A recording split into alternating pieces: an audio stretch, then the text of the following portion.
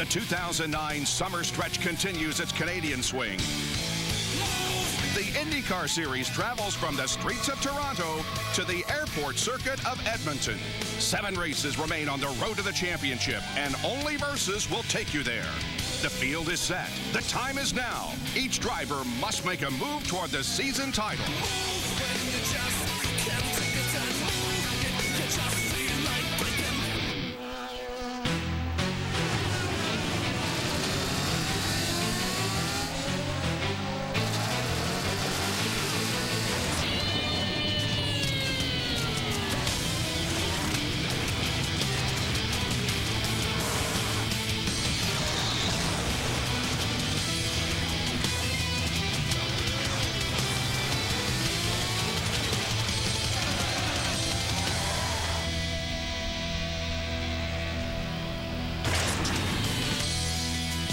Away from the start of this race, the Rexall Edmonton Indy. Welcome to City Center Raceway. Bob Jenkins, Robbie Buell, and Jan Beekes here down on pit lane. We have Kevin Lee, Robbie Floyd, and Lindy Thaxton. And this is the 61st American Open Wheel race in Canada. The first was back in '67. They've raced at places like Moseport, Saint-Jovite, Montreal, Toronto, Vancouver, Saint-Pie, where we had Rexall Speedway, and of course here in Edmonton. Great crowd on hand as they get set now for the command. Let's go down for those words that will get the event underway here this afternoon. Edmonton race fans, are you ready? It's time for those most famous words in motorsports. Here to give the command, please welcome Warrant Officer David George Schultz. Drivers, start your engines! Has been given. Starting with row 1, count 'em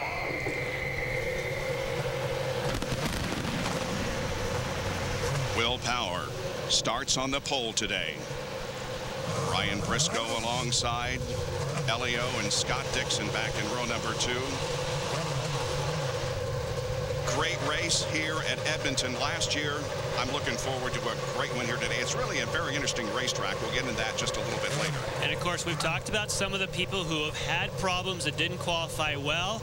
That's exactly what you want on an airport circuit, because there's lots of places to pass. So if you have top dogs that are at the back, that makes it even that much better. And on these airport circuits where it's so wide, sometimes it even, you don't have a wall right there on the outside. It actually sucks you into the corner even more, thinking you can challenge it and creating a little bit of shakeup amongst the field just because you don't have those walls right there, and you have it where it's so wide around this track. And you may also notice almost every car on those red sidewall tires, only 3 drivers have chosen today to start on blacks. Jan, it's a 1.973 mile track with 14 corners.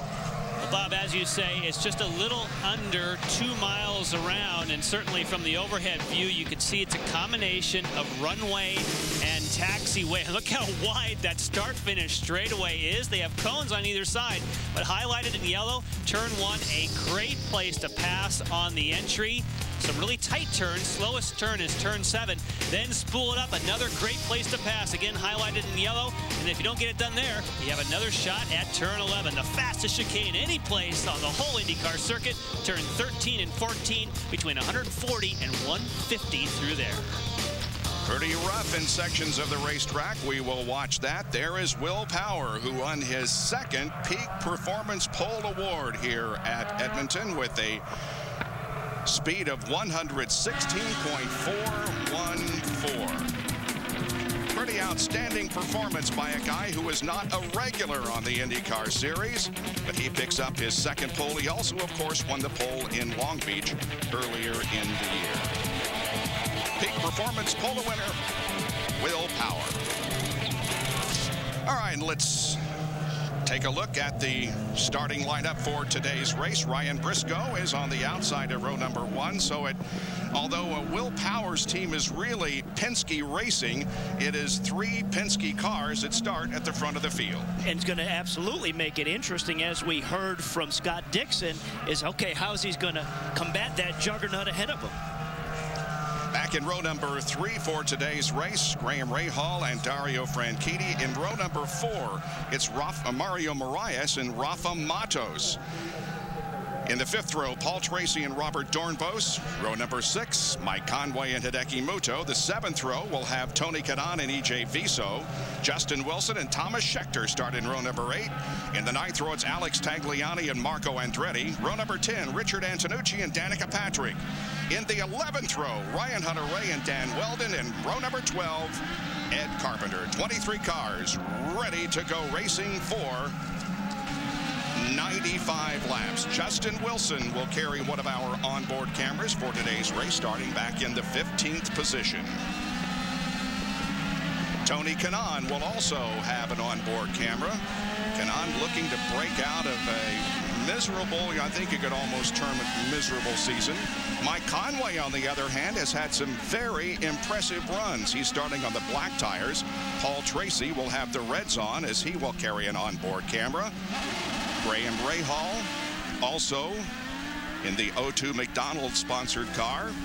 And finally, our pole sitter will have an onboard camera as he will lead the field to green in just a moment. But first, let's go down for a recap of some of the things that have happened from Kevin Lee. Bob, we're looking at probably 2 stops. Everybody's going to try to get it done of those running up at the front in 2 stops. You can get about 33 laps on a load of fuel. So 31, 34, pretty tight fuel window. You'll see some of those starting in the back.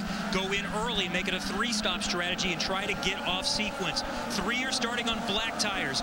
Weldon is the only one starting on red scuffs, but quite a few teams in the back have an extra set of these red sticker tires.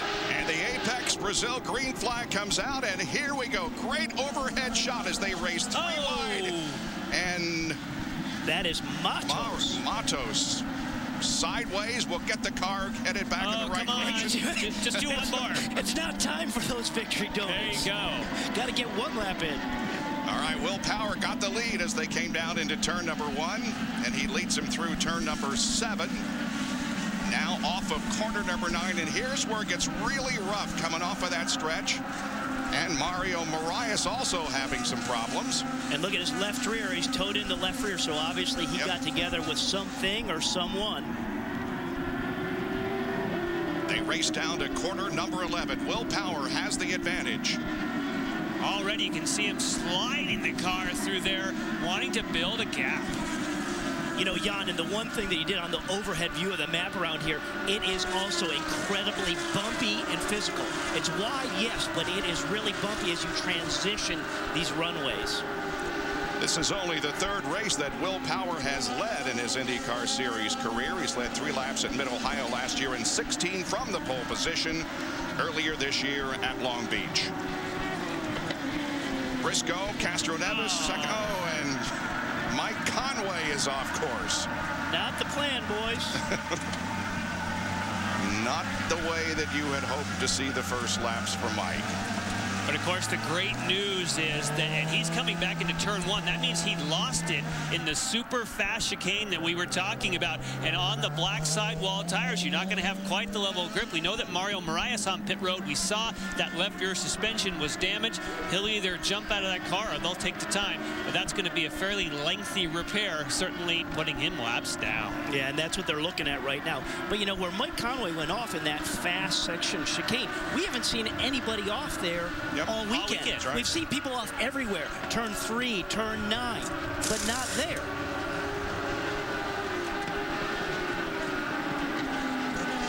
Take a look at a replay of what happened as they came down to take the green flag. Now, look to me like we want to focus right about into this section of those cars and see who trips up. That's Conway. Conway, yeah, it is. Mike Conway. Now, I don't see any problem with Mario Moraes. He must have had some contact later. And here's Conway. Perfect way to look at it. Comes in. Oh, he gets a bit of the sandwich. Yeah, there was TK going down the inside, so it just pushed up Kanaan a little bit more, and his left front just got into Matos, and around he went. I suppose we could speculate that Conway could have had a slight bit of damage or something with the front toe that could have caused him to go off. I think that's a very safe bet. Our Mobile One track conditions are very comfortable. 81 degrees the air temperature, track temperature 92. And The pit window is between 25 and 34 with a maximum of 36. Now, of course, the reason that there's a bit of a variance in what we heard early on Kevin Lee say you could go 32, 33 laps, and that one says you can go 36. It all depends on what fuel number you choose in the car. So there is a variance. If you go fast, you're probably only going to do 33 laps. If you want to save some fuel, probably can go as far as 36 if you need to. But I feel, Robbie, on these red sidewall Firestones, I think you're going to want to try and take the early part of those windows because they don't have the same longevity as those blacks. Well, that's the way to read it. And, you know, you talk about strategy. That's great with what those windows are. But remember, the idea on this type of racing, this street course racing, is be the first to make the last stop. You want to be the first to make the last stop. Dario Franchitti, the first time he's ever been to Edmonton on this racetrack, of course, because he was driving bigger cars last year, has an opportunity. And he's been chasing this weekend because he doesn't like Scott Dixon's setup at this racetrack. He's a right foot breaker. We know that Scott Dixon's a left. And just off the bat on a bumpy circuit like this, that makes a big difference. And their styles are different. Dario likes the front of the car to push or have a little bit of understeer, where, oh, I don't like to see that. They're pulling Conway back. He's not out of the car, so that means they're going to try and get that running. But the flip side of Dario liking an understeering car is Dixon likes a little bit of oversteering cars. So they do have different styles and different feel they want from those cars. And I spoke to his engineer, Chris Simmons, at length, and he told me the problem was that Dario, coming up here, this is the really bumpy, super fast corner where the back of the car stepped out. He said we could fix it, but then we end up with too much understeer, and we battle it every place else. And he's being chased by Paul Tracy. He has moved up 3 positions. The driver who has moved up the most in the first 5 laps of this race is Ryan Hunter-Reay, who has gained 6 spots. Well, if Tracy has a ride, that's on board with Paul Tracy right there, coming towards that fast chicane, 140 miles an hour. But if he has any race car like he had in Toronto, he is absolutely going to be a threat to charge up through this field. Robbie Floyd. Well, you talk about Paul Tracy moving up through the field quickly. Evidently, he might have moved up a little too quickly for his teammate in the KB Racing's machine. Mario Moraes is now out of the race. He said it was when Paul Tracy made contact with him, it broke the drive shaft. So Moraes is out of the race, although Tracy's now starting to move up. Whoa, Robbie. Hey, it would be worth checking with the team to see if Paul, you know, usually if you have 2 team cars hit each other, it's not damage-wise reserved only to one car, which is what we're speculating on for Mike Conway. So it'd be great to know if Paul Tracy has maybe a wounded like car. Maybe he's a wounded warrior. Okay, let's take a look at it. There's his teammate right on the inside. There's Mario. Look out. No contact there.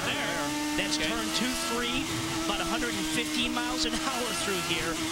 Yeah, put down it in there, the inside. And Powie. There you go. Tracy's car looked to be okay because that would be the right front, and it's not damaged right now. 7 laps completed here in Edmonton. Will Power, the pole sitter, has the advantage over Ryan Briscoe by about 1.1 seconds. Running in 3rd position is Elio Castroneves. Scott Dixon is 4th, and Dario Franchitti, your top 5. Stay with us for more IndyCar racing on Versus. The 2009 Rexall Edmonton Indy on Versus is brought to you by Rexall, a pharmacy first, and by Konica Minolta, global provider of BizHub and other award-winning business solutions for the desktop to the print shop. All you need is hub.com. And by Apex Brazil, the Brazilian trade and investment promotion agency. 95 laps, 187.5 miles of racing here at Edmonton, and we have completed 8 laps so far with Will Power showing the way since the drop of the green flag, but the pole position has never had a win here at this racetrack, so Will hopes to break that mark. It just takes willpower.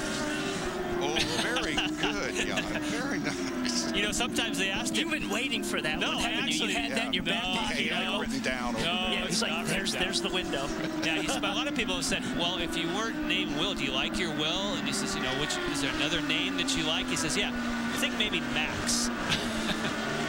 Tony Kanaan is running in 9th spot.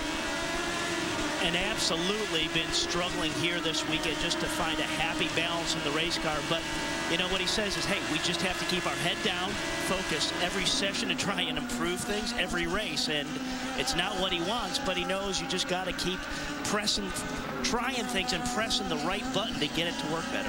Ryan Hunter-Reay is the biggest mover so far. Dan Weldon also has improved his spot, and Tony Kanaan has moved up 4 positions from his 13th place on the grid. And unfortunately, he tried so hard to get out of the first group that he burned both of his sticker set of reds that you have for qualifying. So he's not going to have the same tires that some of the other people might have available, because he knew already he was in trouble and how much work it was going to take even to get out of the first group. But if I'm him, I want to run both those red sets to try and get up into the top 12. I don't disagree. I don't think it's a bad thing. That was just the position they were in, and they had to do it. Yeah. Go down to Kevin Lee. Rafael Matos was one of those involved in early contact. It's right rear suspension damage for Jay Penske's team, and he has been sitting here on the pit lane for several minutes as Penske leans over to talk to his driver right now. So an 8th place start, not going to be a good day for Rafael Matos, even if they get back in the chase. You saw him spin, but that contact, I believe, came later. Peeler, so his original spin was clean. Yeah, and you know, the frustration for the crew, for Jay Penske, for Rafael, you know, you're here working so hard all weekend, and they had a good, solid top 10 qualifying run, and then you get spun on that first lap. I mean, it's rejection beyond belief. It really is. I mean, the focus you got to have to just come back from that is. And he's won tough. Twice on this racetrack in Atlantics in '07. Rafael Matos registered 2 wins. But things not going well here for the IndyCars as we watch Dan Weldon. Who, in case you didn't catch the qualifying action yesterday and you're wondering why the differing colors there, of course, he had a wreck in the first session on Saturday, and it was heavy enough to where they had to go to the backup tub, but they've chosen to use the nose box from the original car. And right behind him, Lindy Thaxton, is Marco Andretti. Marco, like a lot of people, hoping to take advantage of some of the mistakes we saw at the beginning. Marco starting 18th. He said, obviously, I'm starting farther back than I'd like to.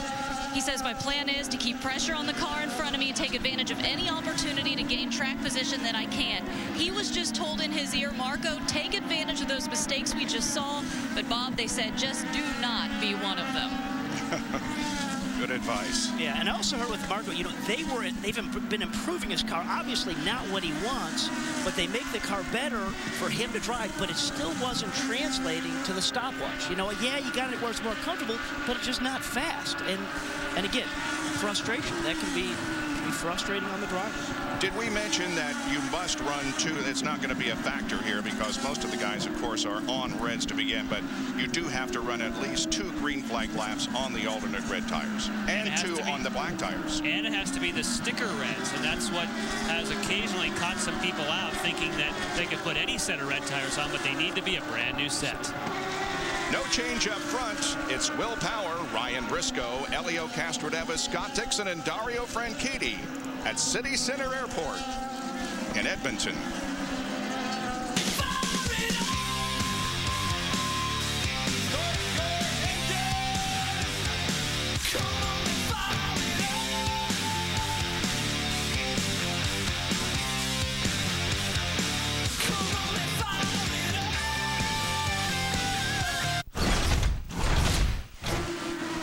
August 9th, Versus is back in the cage.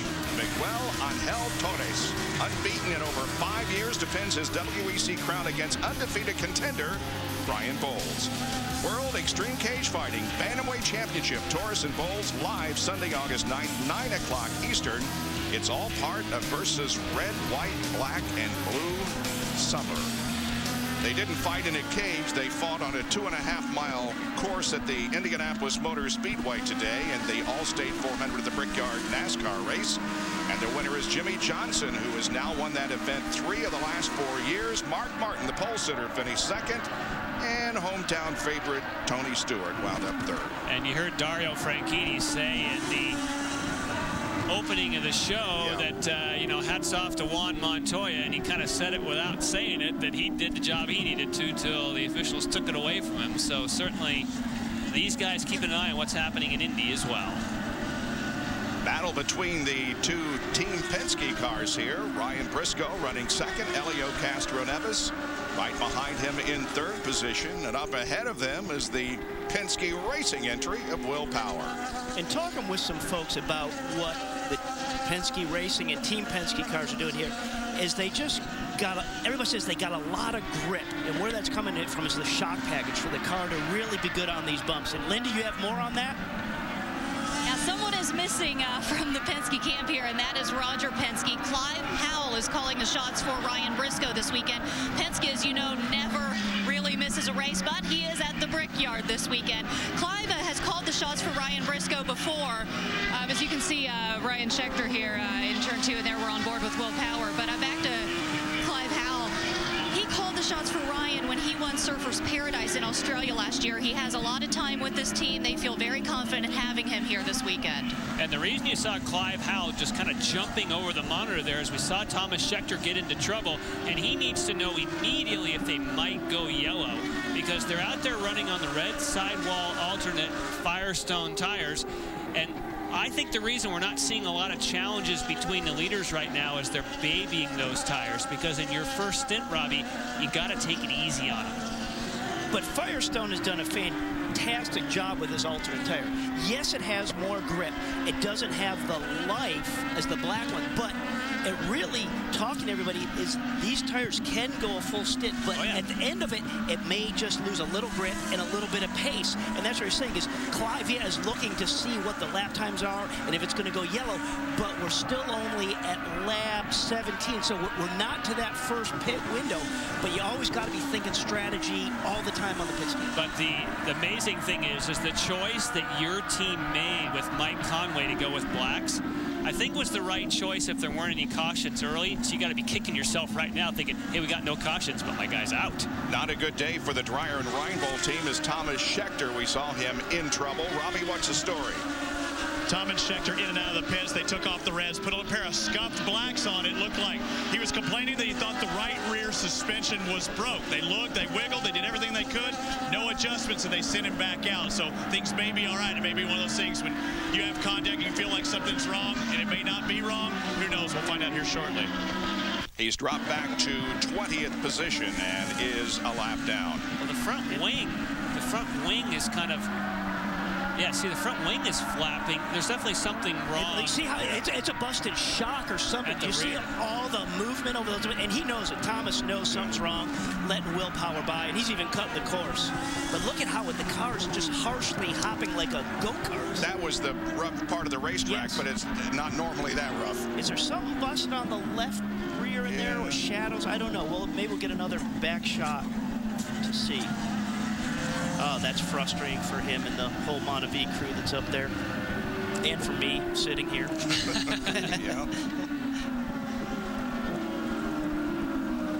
Larry Curry watches as Thomas hits pit lane.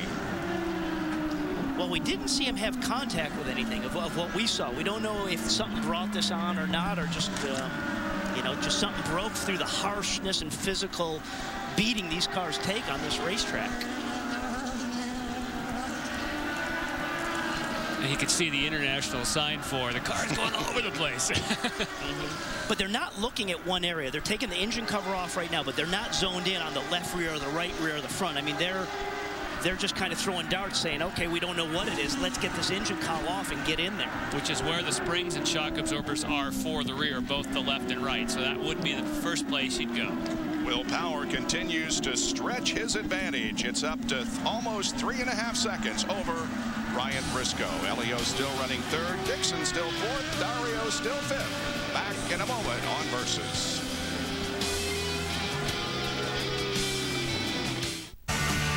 Six races left, and they're all on Versus. From the ovals Outside on the corner. to the streets, day and night, from Florida to Japan, the fastest drivers on the planet are on the final laps to the championship.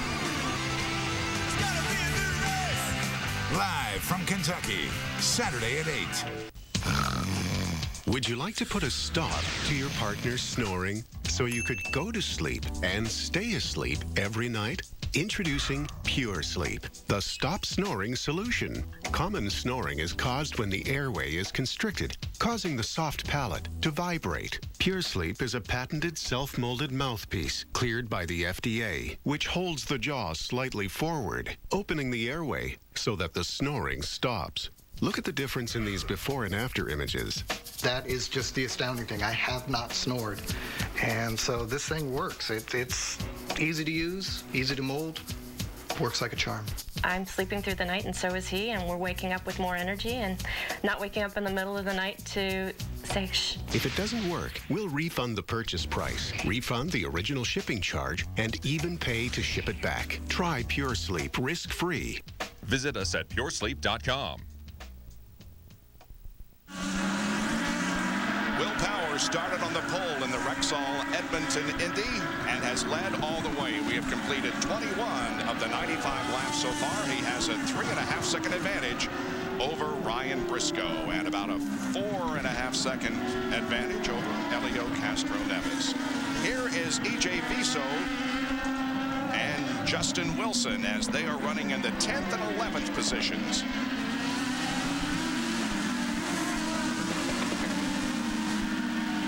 Great corner here to watch how much the bumps affect and give that kick back in the steering wheel. They've actually settled his car down a little in qualifying. There's like a bucking bronco right there for Justin Wilson. And then this is another good passing zone that we looked at earlier, kind of coming into this carousel turn. Oh, Viso's in trouble. There's this window. Go, go, go.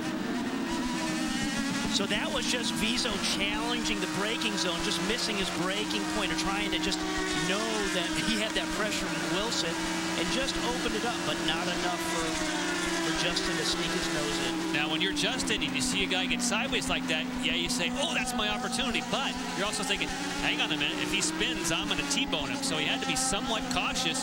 Again, bouncing over the curb in turn 2, everyone's doing that. The car jumps all over the road. But where the series is right now, for Justin to capitalize on the opportunity of any mistake from Viso, you have to be right on the scale. If he's given himself a cushion, say, oh, I have to be cautious, well, then he's never going to have that window open up. So it's, you know, it's risk and reward, and that's where, you know, look out. Wow. Yeah, the lift.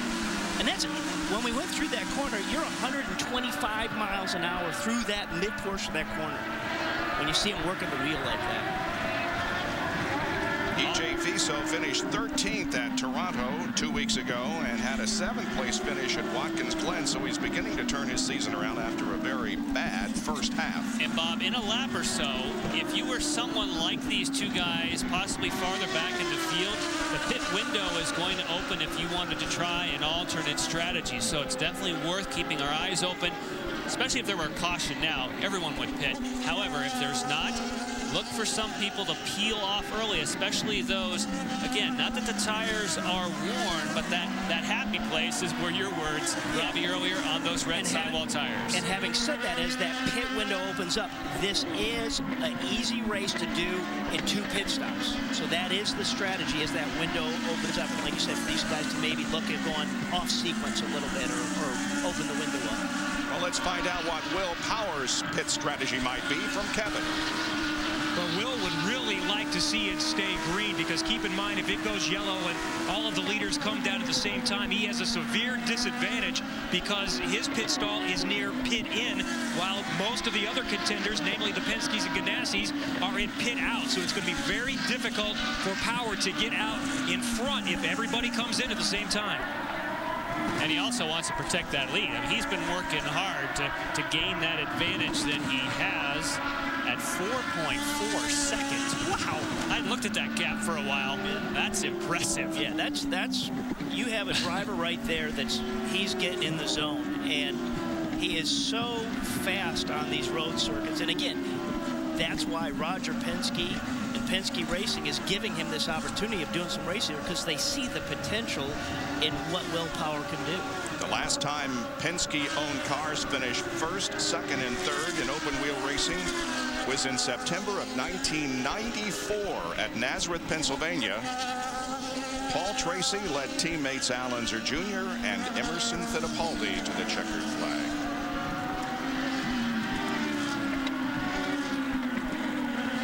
And the last time they qualified for second, third was 94 at Mid-Ohio.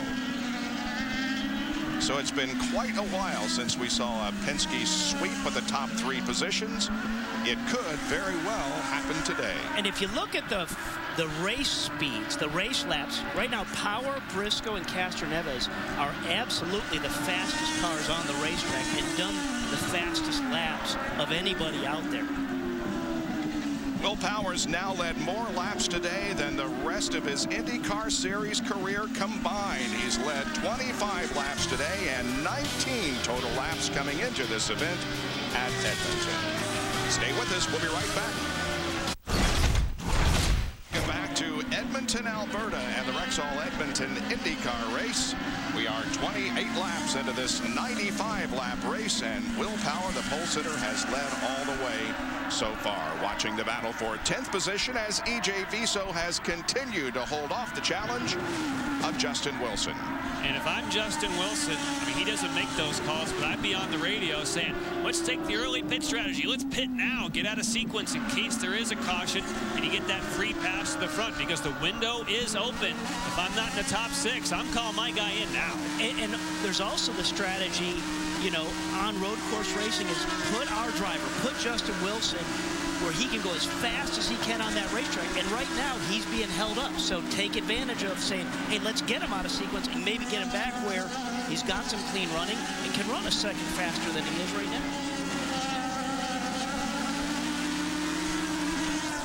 Great shots through that section. You think of street and or road courses, but this thing is fast.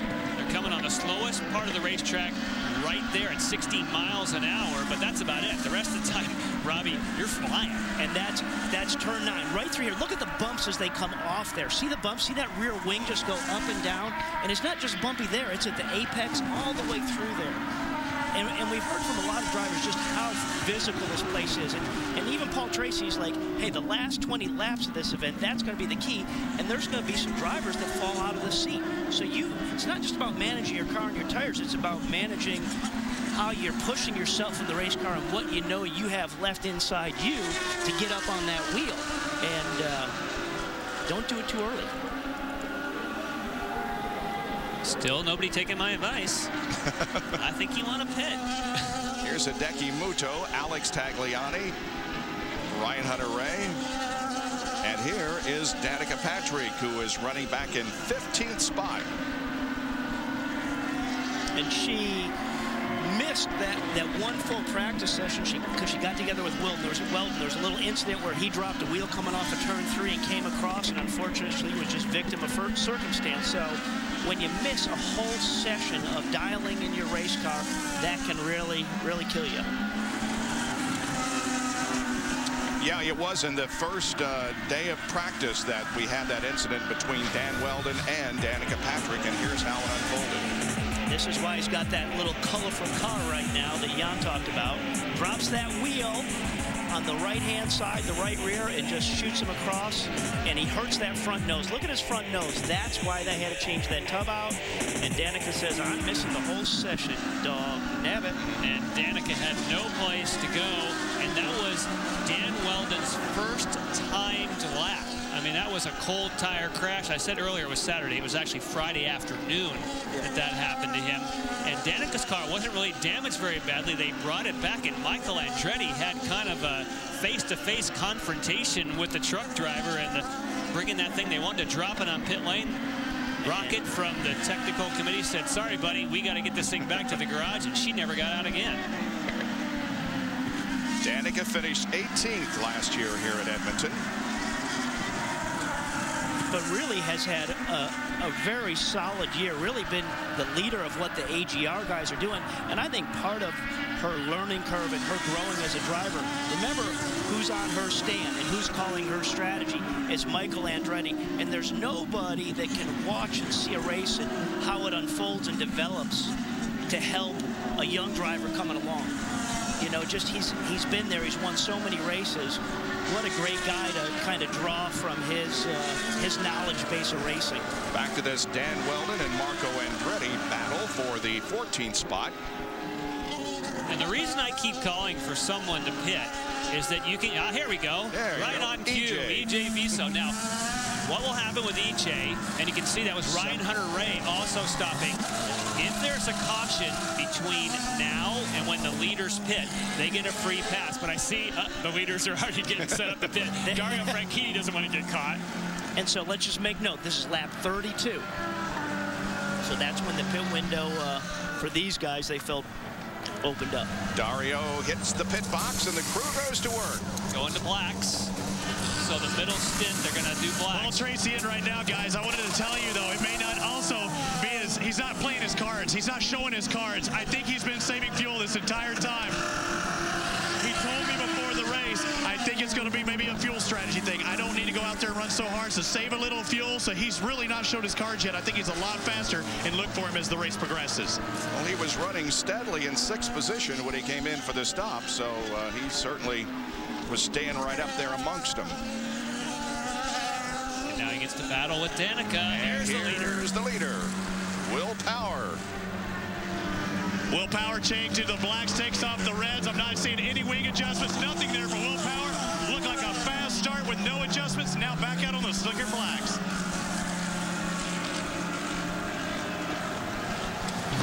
Dan Wells comes in complaining of a lot of push in 3, 4, and 5. They added 2 turns to the front wing and did a rear tire pressure adjustment. Ryan roars back into action, and Scott Dixon awaits his okay to go, and there it is. They're all pitting at the same time, and they're all putting on the blacks. And pits, and this is not a time for the drivers to relax and catch the breath. This is when it's as intense as anything. When you're off the driver just doing laps one after another, that's your rhythm. But when you come down pit road, you're in your crew's hands, so it's very unnerving. But for Dixon, who are watching right now, he's just left the pits, he's on sticker tires. This is where he is excellent, on that pit out lap. This is so important, the pit out lap on cold tires and your pit in lap. Yeah, but Kanaan just got it.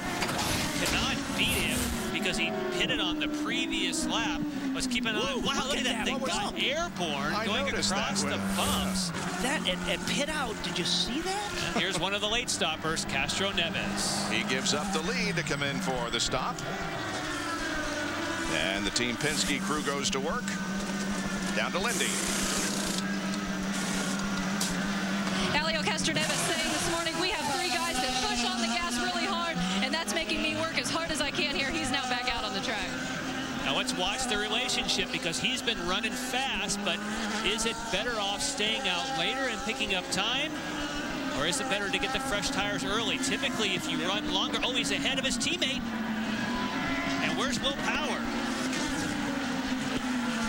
Okay, so he jumps 1 position. Right, because Briscoe was ahead of him prior. Yep. And again, that comes to your pit in lap, your pit out lap.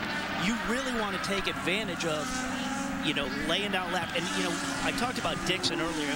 And whoa, we got a fire. Big fire with Kanaan. Get him Second out. time. That happened in Milwaukee. Wow. Look at that. Well, they're way on that to get him out of there and get everything they can. I mean, you notice all the different teams pitching in there, the Target guys, Penske guys. Now, he had already pitted, so he was not on his way into the pits. Guys, I'm right here. They've got Tony sitting here on the concrete barrier next to the pits. As you saw, they were spraying that entire car, and Tony, he is moving and talking. I'll give you an update as soon as I get one. What a scary situation, though, anytime you see Yeah, a see, fire. he knew something was wrong because he wasn't due to pit. And that's the same thing that happened in Milwaukee, was he had an engine-related issue, came in and it caught fire, but certainly not with that kind of force. Man, that flame's so scary. Yeah, Team Penske members coming over to see if he's okay. And there was definitely six Target Ganassi guys that were out there in those red uniforms. Yeah, I think he got definitely some heat in the face. Yeah. Okay, so there. Ooh, there we go. The fuel nozzle did not close back. I thought he had already pitted. I thought we'd seen him in the pits. Well, that's That's the answer if you spill some fuel. And there he's driving back in. Now watch all these guys come to us. Look at this guy in the red here from Team Penske. Look at him run with the extension in the bucket. See how quick that is? Yep. That's, you know, I just get goosebumps of just how scary fires are down on pit road. A couple of Panther team members with the National Guard suits on. Now, it's worth saying that he didn't leave early. It's just that the valve didn't close. See, look at it there. The fuel spills, and then it ignites right in the look cockpit. At him. He knows right away. Get that. See how quick he got his wheel off? And he also makes sure he got his visor down because he had his visor up during the stop. That is probably where he may have gotten some flash burns. Yep. But you're right, Jan. The fueler, he pulled out right, but that quick release valve, he's got a spring loaded. It's supposed to close as soon as possible, and it didn't, and there was all that ethanol spewing out. Man. Hits the headers and psh, like lightning. Well, Tony gives us a thumbs up, and glad to see that. They also put some gasoline in the ethanol for the very purpose so you can see the flames. Yeah. So in that particular case, All right, Lindy. Tony did tell me real quickly that he is okay. They are getting ready to take him away. He did say, I had my eyes closed the entire time. Isn't it amazing the presence of mind drivers can have sometimes in a race car, you know, as fast as everything happens? Okay, well, back to the race. Will Power still has a lead, this time over Elio Castroneves. IndyCar nonstop on Versus. Stay with us.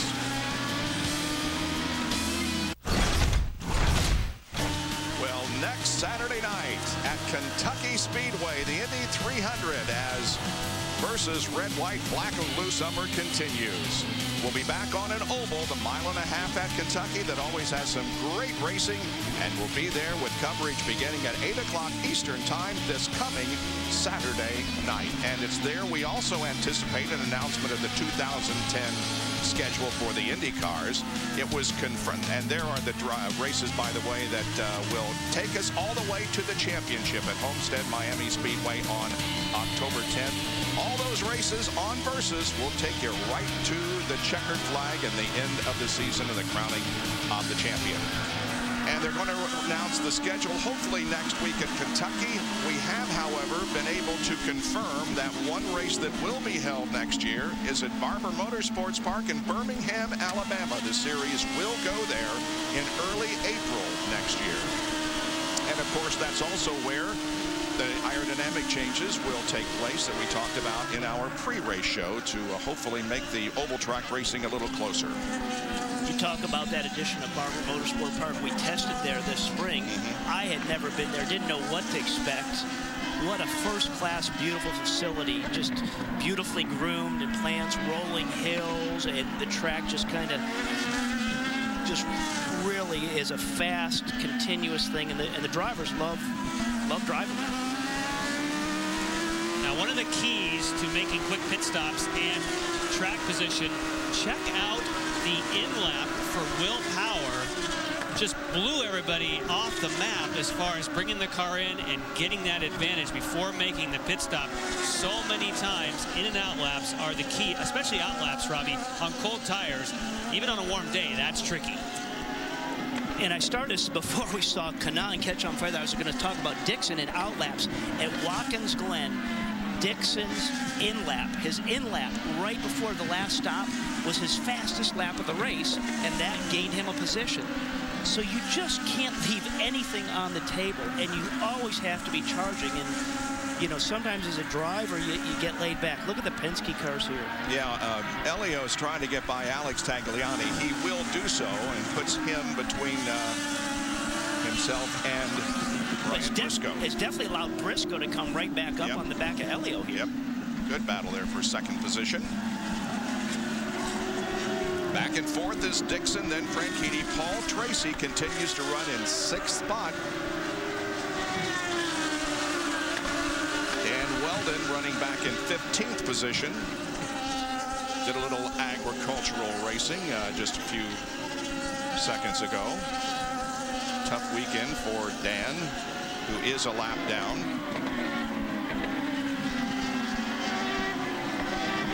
Here he is just ahead of Hideki Muto.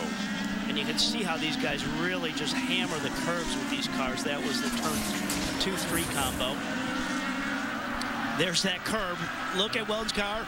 So he launched over that curb, and just the car didn't settle back down. He's mowing a little grass, and we definitely saw him do that a handful of times on Friday practice. So he's just been struggling to get a handle on things. Big difference between the first time that happened to him, where he hooked a wheel, went over, and ended up in the spare car. So he's learned that when I get in trouble there, just straighten the wheel and go across the grass. And we saw how he ran that curb. Everybody's running that curb. That's the fast way to do that.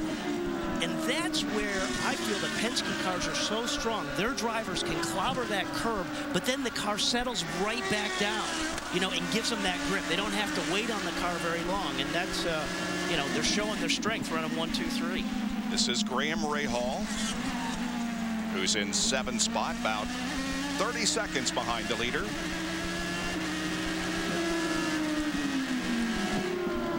Trying to put a lap on Carpenter.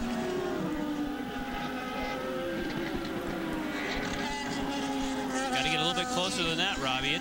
And unfortunately, he can't do anything from turns 1 to 8 here unless you really kind of dive bomb it. He's got to wait till he gets off of that turn 9, that bumpy, fast turn 9. So he's just got to hold the phone a little bit here now. Right ahead of him is Ed Carpenter driving for Vision Racing. And Vision Racing got some great news just before we went on the air.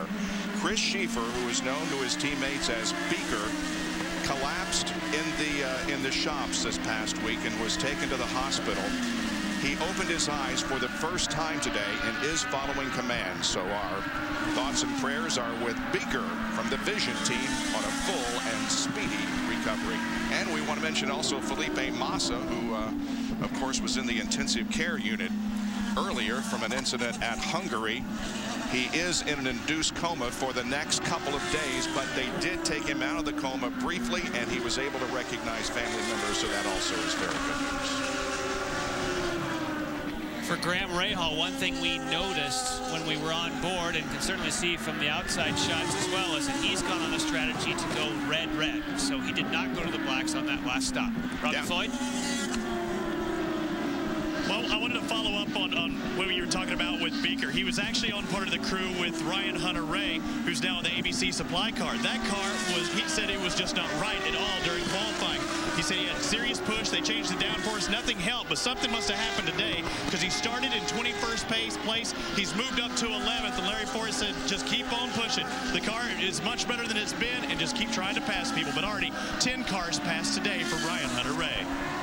And we might also mention that A.J. Foyt IV, Anthony, who runs in the series occasionally, got married last week to Casey Irsay, and we wish them the best. And Tony George Jr. also got married the last few days. So a lot of marriages going on here. Yeah, Ryan Hunter-Reay having a good run. Tony Kanaan, can't say the same for him. A very scary moment when fuel splashed in the cockpit, ignited, and crew members from various teams come to get him out of the car. He told our Lindy Thaxton that he is okay. Back in a moment on Versus. The 2009 Rexall Edmonton Indy on Versus is brought to you by Peak Performance Products. When you peak, you win. And by Apex Brazil, the Brazilian trade and investment promotion agency. Welcome back to Edmonton, and we have had 3 gorgeous days in Edmonton. It was unseasonably hot on Friday and Saturday, cooler today. But look, guys, we have a battle up front as the first 3 are very close together on the racetrack now, hung up behind Marco Andretti. The closest we've seen the top 3 guys right there, looking back off with Will Power and Elio. And it's a case where Marco Andretti certainly doesn't want to go a lap down. He's going to be pushing as hard as he possibly can, but there's no question he's slowed down Will Power now into the clutches. The the 2 Team Penske entries. This is making it good. Yeah, and Marco knows that's the lead group behind him, but you hit the key on that. You said he doesn't want to go down a lap, so he's not just going to pull over and say, oh, you guys go. You keep fighting it out. And he's right behind Danica. Remember, he and Danica had some contact here last year to where remember, this is the place the whole Andretti Green Racing team ended up shutting the door, screaming at each other after a race where they weren't helping each other. So here we're back again, 1 on fire and 2 out, duking it on the racetrack. Yeah. Marco Andretti is running 13th, and Danica is in 12th position. And a new coach hired by Andretti Green Racing. Which is really surprising when you got the talent level there, and you have Tony Kanaan leading that with his race wins, is Oriol Servia. Yep. But I'm a big believer, as being an instructor for a part of my career, is anytime you can have an extra set of eyes around the racetrack or another guy that's interpreting what an engineer's saying or another driver, just to hear it or explain it another way is an advantage. You're looking for thousands of seconds out there, and to having a guy like Oriol who gets along with that team group, because it's got to be the right chemistry as well to just look for that needle in the haystack. Yep. So important. Look at that. Elio's right on the back of power. Yeah, Will is going to have to... Well, it's tough. You know, the car ahead's taking the air off, but I think he's just going to have to get more aggressive. And, you know, it depends on your setup as well. Will Power spent so much time being one of the fastest guys all weekend. It may be that when he gets in some dirty air, his car just isn't as good as the Team Penske entries. This is the 14th race Will Power has led in his open wheel racing career. This is his 51st start. That includes 2007 in Edmonton when he led 28 laps. Consistently slower than he was going before. But as stout as he was at the green flag, you would have thought that he would have closed quicker on the back of Marco and challenged to get by him. But it just shows you as fast and as much flow as there is in this racetrack, as he's getting closer there, and just having a tough time to make a good, clean run on it.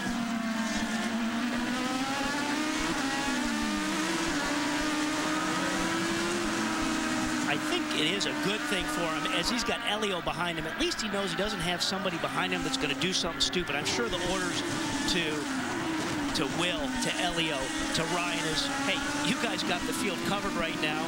Don't you worry about racing with each other, and you just kind of keep ticking through this traffic. Will's the first to do it.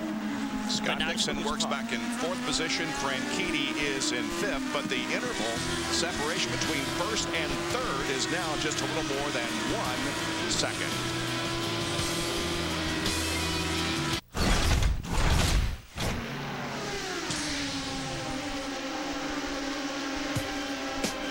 I don't think I even remembered getting the white flag. I didn't remember getting the checkered. I still went through turn 1 flat on the checkered flag. And it didn't take until the team came on the radio when I was about midway through turn 1 saying, congratulations, you've just won Indianapolis 500. It's an amazing feeling, and you can see why people that have won it once try so hard to win it again. You know, all the things that come from a 500, the recognition, you know, just the feeling of accomplishment. You know, you can see why that is, and you know, it's pretty cool to be part of the club. It's still very surreal, you know, it's just unbelievable that you can come, you know, with no money that far and be on the world stage and try and win such an amazing race that's almost been going on for 100 years. You know, you do have flashbacks, and to have those people around you at that point is pretty special.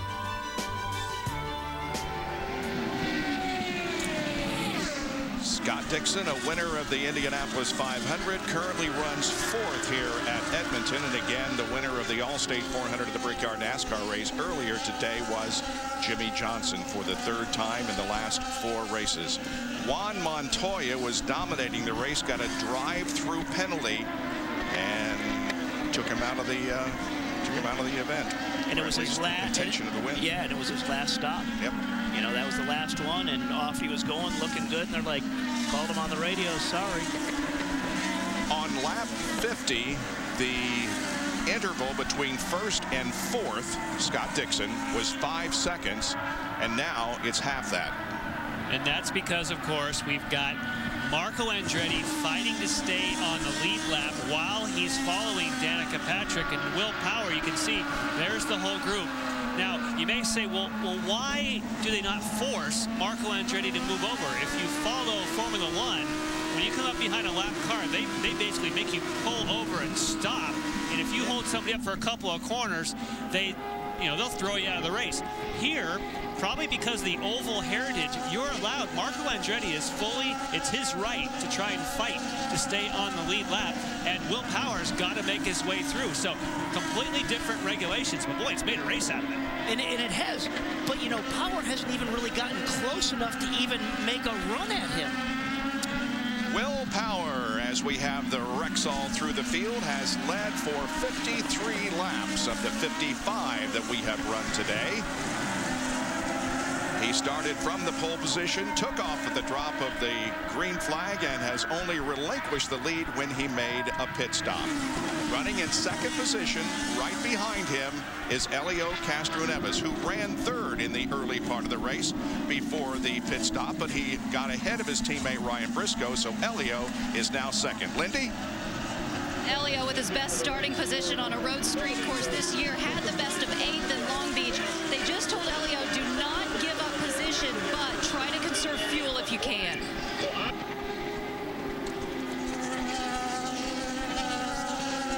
And now we drop back to the third place car of Ryan Briscoe. Ryan started in second spot. Is about 1.3 seconds behind Will Power. And back to fourth position. That is Scott Dixon. We have been telling you about how he has closed in, and really these first four cars are running within about a second and a half right now. And it's going to take one of these cars, someone, to either have a little more downforce in the front or something to force the issue before they can start breaking this thing loose. Little early to force any issue yet. We've got some more laps to go. Dario Franchitti runs in fifth position. He's about 9.2 seconds behind the 9.6 now behind the leader. Running on this racetrack for the first time, he qualified for the sixth starting position. And there is Paul Tracy, who is in sixth. The home country favorite. Now, he got by a lap car. He just got by Dan Weldon. So maybe Paul Tracy just saying, hey, Marco, hold everybody up. I'm coming. Well, he still got the desire and the drive.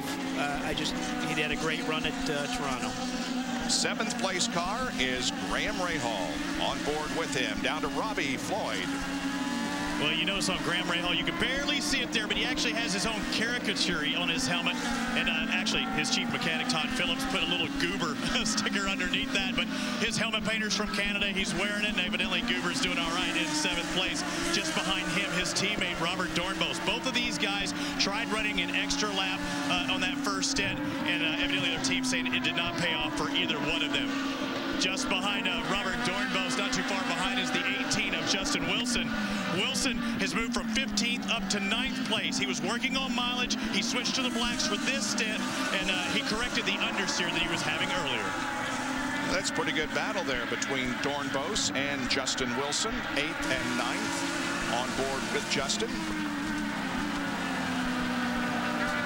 Boy, you just wondered what in the world was up with him when he had some really bad practices in qualifying, but that was explained earlier. Oh, and here comes Matos. Side by side through the corner. Matos is many laps down because he was sitting on pit lane, but he's getting after it. And he puts himself between Wilson and Dornbos. Yeah, Matos 10 laps down right now. But saying, hey, well, hey, it's a good test session. Let's see what I got. Well, he's not going to hold Wilson up. Yeah, for sure not. As we're looking ahead at Matos. Well over the halfway point, 58 laps out of 95 completed at City Center Raceway in Edmonton, Alberta. Will Power is your leader. what's happened so far in this race, Jan has the recap. And of course, it was a great start. They were lined up side by side, but already in turn number 1, a little bit of pushing and shoving. And unfortunately, Rafael Matos got the chrome horn from Mike Conway, who ended up in trouble later. And talk about chrome horn, here's another one. Paul Tracy, pow, take that, teammate. He's still working his way forward. Of course, the class of the field was Will Power, pushing and pushing with a big lead, but a broken car for Thomas Schechter. Came in twice, went to the back. We suspect maybe a broken shock, but boy, this is the scariest moment. Watch his hand. As soon as it catches fire, Tony Kanaan puts down the visor. All the teams come to the aid. Extremely scary moment for Tony Kanaan. Thankfully, he was okay. Everything perfect for the pit stop for Will Power. A fantastic day for him. His biggest challenge, of course, has been getting by Marco Andretti, but you saw it on nonstop. He's done it. He got his way past Marco. Paul Tracy, meanwhile, trying to get to the front. And you can see we're lap 63, so we really are into our window right now of when the last stops are going to happen. And I think this is really going to be the key. Our guy's going to go with the red tires or the black tires. Dario Franchitti and Paul Tracy both pitted while we were doing the recap. And since Will has got around Marco Andretti, he has put the interval back up to over 4.5 seconds. This is happening just moments ago as Dario Franchitti, who was running in the 5th spot, came in for the routine stop. And this should be his final stop. No need for another stop. Oh, and he stays on blacks. So he's now tried red and blacks, and he likes blacks. Paul Tracy does the opposite. Yep. Paul Tracy decided to go for the red. So a little bit of differential deciding on which tires you want to be on. Will Power's like, oh, time to pit. And that is his in lap. Hopefully the lap right there, he put in a blistering one just to give himself a little bit of gap. So Will Power comes in for his top. Ryan Briscoe, by the way, has gotten around Elio Castroneves. Oh, Castroneves is in. Yeah, just went in for a pit stop. So did EJ Viso, and Will Power is away. So let's see, there's Elio coming into his box. We see the yellow car of Will Power. Lindy. And Elio Castroneves, Tim Cindric tells me that they will make no adjustments to that car, and he is already right back out. And we're expecting Ryan Briscoe to come in anytime as well. EJ Viso making a stop. He's rolling back on the racetrack. Power on black tires as well as Elio, both on black Firestone sidewalls. And here is Dan Weldon, who was in 15th position. Then the National Guard Panther Racing crew goes to work on that machine. Boy, when they go for those wheel guns, just the amount of carbon, just that brake dust. They, of course, use steel rotors. They don't use carbon brake rotors here. Well, look at this train. Oh, look out, Justin. Wilson. Oh, that's because Tracy's in trouble. Tracy slows dramatically. Big time. Let's see, where's Tracy? Now he's back up to speed. Yeah. Maybe a little gearbox miscue. I don't know. We'll keep an eye on him. Meanwhile, Ryan Briscoe gives up the lead to come in for his stop. Now, he would have really stood on it to try and done a quick in-lap. We'll watch the interval, see if it's enough to get back to Castroneves. Oh, there goes Power, but where's Castroneves? He's coming. He might do a payback here. Remember, that's what Castroneves did to him on the first stop. Which one gets it? I believe that Briscoe put one back to Castroneves. We'll have to be sure. Now, Scott Dixon is not pitted, so he is the leader. And then did you see the gap there with that camera pulled out? The distance that Power has between the Team Penske cars of Briscoe and Castroneves? Yep. Here's Scott. He enters the pits. Again, we talked about it earlier, pit in and pit out laps. This guy you're looking at right now is as good as anybody at coming in on that pit in lap when it counts. Chip Ganassi is not in Edmonton, not feeling well, staying back home, and he's watching his driver pit, Lindy. And Dixon is getting black tires, and they told him you are faster than the Penske cars, you are faster than most of the cars in front of you. Said, hey, it's not going to be easier. And what? Will Power just went by, right, guys? He's going to get him. Yeah, Will Power got him, but he might get out in second. No, I think he's got a straight run down there to 2. He got it. But remember, now he's on cold tires. They're not up to temperature and pressure. And that guy chasing him right there has got warm, sticky tires. Look at him pressure. Look at this. And it's Briscoe. And it's Briscoe, so that confirms it. He got a position up on Castro Neves. They're all over him. And he needs to do it now. Now's the window of opportunity. Don't let Dixon get some temperature and pressure in those tires. And they're on reds, and Dixon's on black. They raced round at turn 10. Good place to pass. Didn't there. They'll have another opportunity coming up here as they go to turn 11. See, Briscoe is on reds, but Castro Neves is on black, so we got a red sandwich here. Oh, and Dixon lines him up. He's going for it. That is the window. Now can Elio take advantage of it and getting a run on Dixon off of 12? He's looking. No, it's not going to happen. Well, I love that strategy, Jan, with Briscoe on the reds. I think the red tires are anywhere from 3 to 5 tenths a lap faster. But do they taper off? When we get to lap 55, are we going to see Briscoe taper off? Excuse me, not 55. At this point, I don't think he cares. We've seen what happens once you get track position here. It's murder to pass. But this is a nice, aggressive move. He just stands on his C's right there. The Dixon's in trouble. Skids to the inside aggressively. And that was his moment. Again, that's because Dixon is pushing hard. The tires went up to temperature. And just like you said, Robbie, he seized the moment. Yeah, that was it. Great. Now is Elio going to be able to get around him? I don't know. I think Elio now is going to be stuck behind him until Dixon has maybe a little hiccup or a miscue. And as we said earlier, for Elio to take advantage of any miscue, he's got to be right on his attenuator, right on that rear wing to take advantage of it. Well, some excitement there for a while, but still, Will Power continues to lead this race now 7.8 seconds ahead of Briscoe. Dixon's third, then Castro Neves and Franchitti.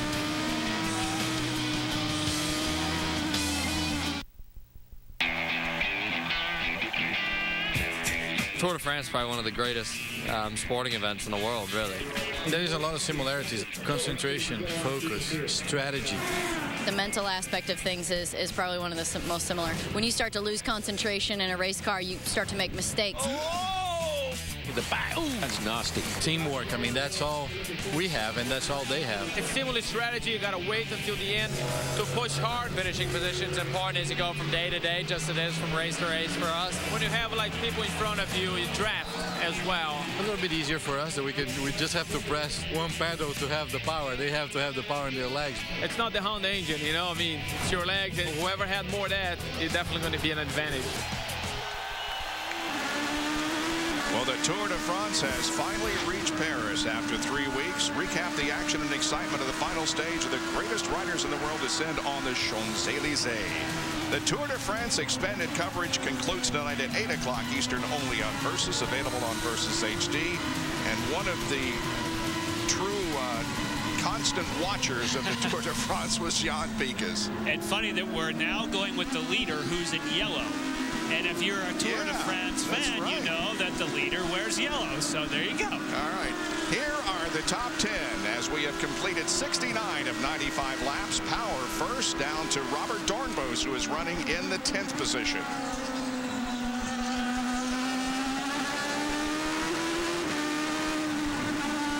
We're going to take another break so we can cover the final stages of this event.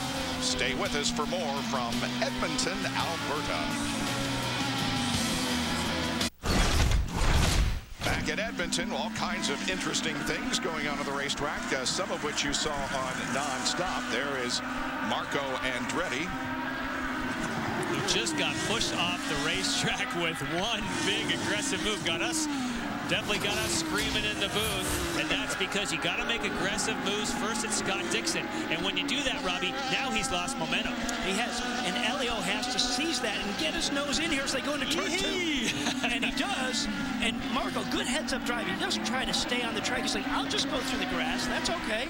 Now check this out. A few laps ago, Danica Patrick leaves the pits. She's just getting up to speed, and behind is Ryan Briscoe. She's not quite there. Ryan Briscoe is going as quickly as he can, decides to make an aggressive move, and look at that, across the grass. He knows he doesn't want to get stuck behind. He puts Danica back there where the others all fellow leaders fighting to get by. This makes for some good action. Great move there by him, just jamming that car in there, saying, I want that spot. Danica Patrick is running in 11th. Marco Andretti is in 10th position.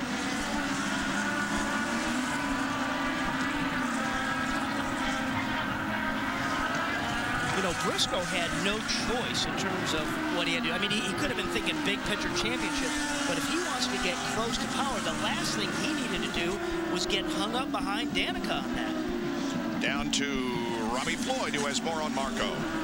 Well, I just wanted to, more in general about the guys going in the grass. During the drivers' meeting, Ryan Barnhart told them, if you're being lapped and you're in that position and you can't cut across the grass, do so to help the other guys. So it's not necessarily a case of getting weeded and knocked into the grass. He said do that. If it could help him out, it might be much more safer.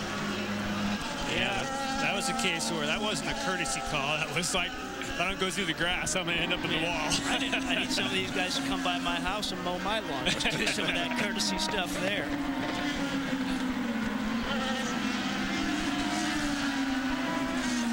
Elio and Ryan Briscoe. Now, wait a minute. That's a change. Castro Neves has got by Briscoe because Briscoe, after that last round of pit stops, was ahead of him. So Castro Neves has put a move. Oh, is he in trouble? Briscoe seems to be losing ground. And that's on board with Conway, who's laps down. We know he went off the first lap. Obviously, they got him back out and running. But you're right. He's all over Briscoe. Remember, Castro Neves is on blacks. Briscoe's on reds. And the first thing you said was they'll be faster first, but will they be faster later? Maybe those reds are starting to fall off. Boy, it seems so early for him to be falling off. I mean, you know, it should go pretty close to the stint. I would have thought it was the last 5 laps. Or maybe he says, okay, I'm just going to slow it down here. I don't think so. not to that extent. You're not, you know, everybody's made their last stop. Conway is 32 laps down, but he's staying right with Ryan. Well, we saw the same thing for Rafael Matos. You know, don't give up. This isn't for position, but he's going to come back here next year. You can learn a lot if you get back out there and push. Wow, lap 73, he had a major issue. So do you think he maybe flat spotted these tires and he knows he's flat spotted them? And so what happens if you flat spot a front tire, every time you go to the brake pedal, the right front or the left front, it gets on that area where you've locked up the tire. And if you're really aggressive, it will always cycle back to that one spot and continue to lock up. And the only way to not have that happen is you can't brake as hard, therefore you're not going to go as slow. How about that? The fastest lap of the race has just been turned by Mike Conway. Well, you got to look for something positive. Hadn't been very much today, has it? Well, no. But again, you know, that goes back to my buddy Jan here, who said, you know, get the guy back out there. He's going to come back and race here next year. Go out there and learn this racetrack. He just set the fastest lap. So that's... Sometimes you got to search pretty deep for that light bulb, and we just got it. Yep. But now what he needs to be cautious is Briscoe's in the hunt here. You know, Briscoe's in 4th position. We're on board with Mike. He's not in the game. So the last thing he needs to do is get up in front of Briscoe and mess up what he's got going on. Unless Briscoe really, really starts backing up more than he already is. Look at how clear that onboard is. Don't you love it? Turn 1. Great stuff. This is where everybody's hammering the curb right there. Did you see Briscoe go over that curb? And that Penske car just settles right back down. Plenty of grip. Yeah, I know that Mike Conway had not the start you wanted, but he has impressed a lot of people this weekend. And doing the fastest lap of the race is part of that. He's got some speed, this boy. Yeah, quick drive. No question about it. And it will come. It will come. Well, Kevin Lee is with Tony Kanaan, and we are certainly glad to see that he is okay, Kevin. Yes, we are, Bob. Very scary and frightening moment from your perspective. What are you seeing in the cockpit other than lots of flames? Okay, I felt the spray, and I knew it was a fuel. So at that point, I wanted to get out of the pit so I don't get my guys burned. And I closed my eyes and just really, you can see there, as soon as we go out, it's a big splash, so I knew there was fuel there. And I just closed my eyes, hold my breath, and then I started to try to get out. I want to thank Penske and Panther Racing. The guys are, I mean, they definitely saved me. And, you know, I was strapped in the car for a bit. Second-degree burns in both of my hands, a little bit on my face, but I'm okay. I think I wanted to come back and set the world on fire, but not in that way. Good to see you're okay. And by the way, his fueler, Brooke Hall, also spent some time at the medical center. He has some slight burns on his feet, but he's okay and has been released. Bob? Oh, boy. Uh-oh. Ryan Hunter-Reay had such a great race going. He is without a rear wing, or it is not where it's supposed to be. Ryan Hunter-Reay shuts off the engine, and he was running in 16th spot. Let's see what happened.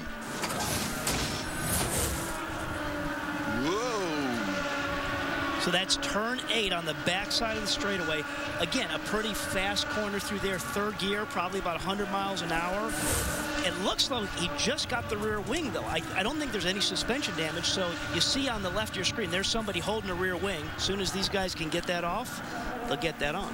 He's going to lose a lap, but he'll be able to get out there and race with Mike Conway. Yeah. We haven't had a full course caution. It's amazing. Wow. And the Indy Lights didn't either. How about that? Wow. How about that? I think we'll be talking to lots of people then. What do you think? Yeah, we've got a few minutes to fill here, but... the day is young, as they say, Bob. That's right. Well, they popped the engine cowling off, so they must have had to do that to get to something on top of the attenuator. That's where that rear wing mounts back onto. Hasn't been the best of marriage, if you want to say that, between Ryan Hunter-Reay and Foyt. I mean, they've really struggled. The first race he did at Iowa, there was an incident on the first lap, and they haven't gotten the momentum they'd like, which is too bad. Watching Scott Dixon and Helio Castroneves here, second and third. They're about 4.5 seconds behind the leader, Will Power.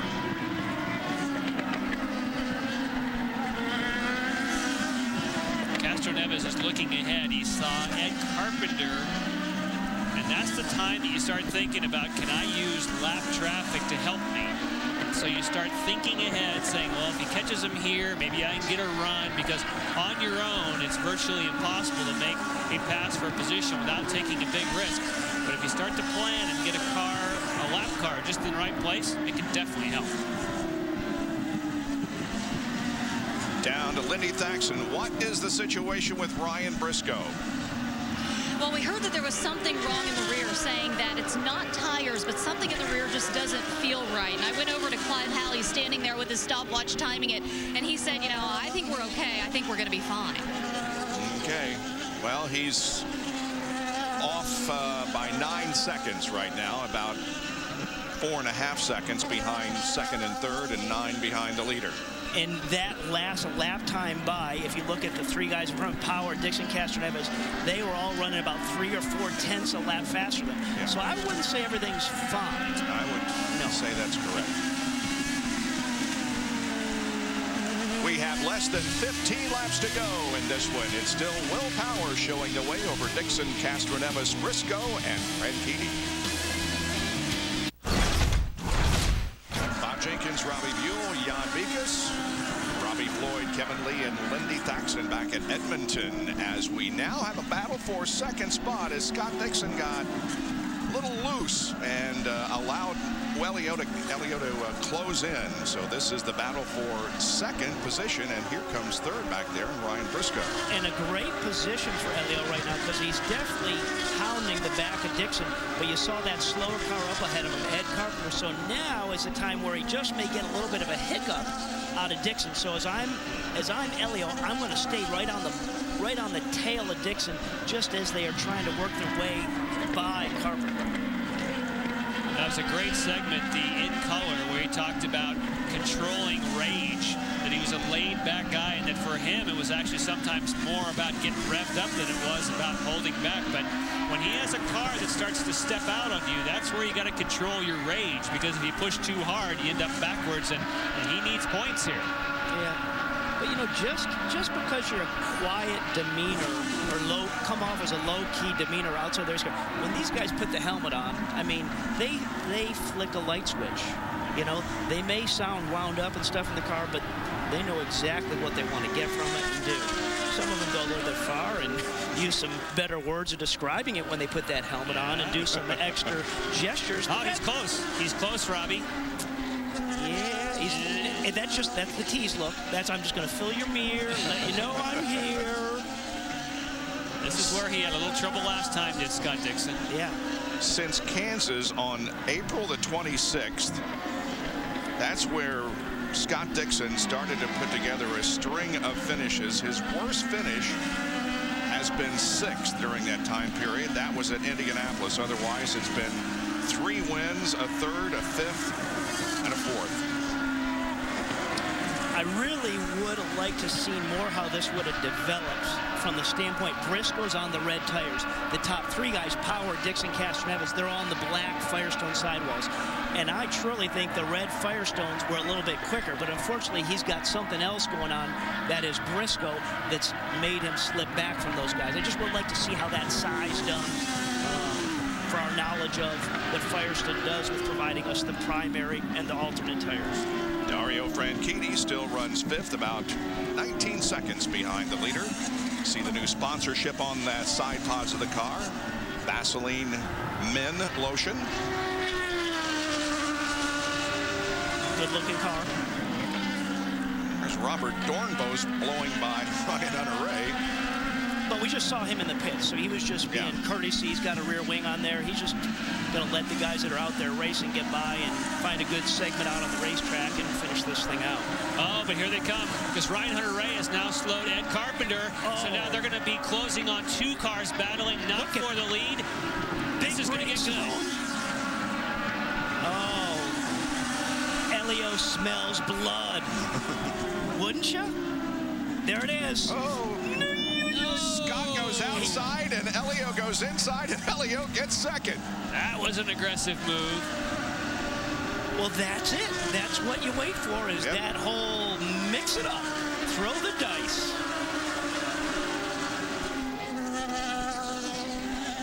Let's take a look at that again. Look at this. So this is turn 10. Now this is where it all happens, down in the carousel turn here, turn 11. Now right here, Dixon can't see Castroneves because he split Ed Carpenter, but he did check the mirror and gave him room. He knows discretion is the better part of valor, but nice job, Castroneves. Well, less than 10 laps to go in this one. Will Power continues to lead. Elio and Scott Dixon are about 7 seconds behind, battling for the 2nd spot. Miguel Angel Torres. Undefeated in 5 years. The best pound for pound in the world. Can undefeated Brian Bowles pose a threat? Ask his last 7 victims. Torres versus Bowles, live Sunday, August 9th, only on Versus. Get 20% more cash for your broken, unwanted, or mismatched gold jewelry. Cash for Gold, the largest volume consumer gold buyer in the USA, is on an extended buying spree. Prices are still at all-time highs, and we still can't keep up with demand. So we've raised our goal $100 million and extended our deadline. Now we're out to buy $200 million in gold by the end of summer, September 30th. Send us any unwanted, broken, or mismatched gold jewelry right now. Call for a free prepaid envelope. Fill it with the items you want to sell, send it to our secure processing center, and get ready to count your cash. And to meet our new $200 million goal, we've increased our cash payout by 20%. Cash for Gold owns its own refinery. There's no middleman, just more cash for you. And now we're paying even 20% more cash. Call before the gold rush ends September 30th. Call 1-800-953-7993 or visit cash4gold.com.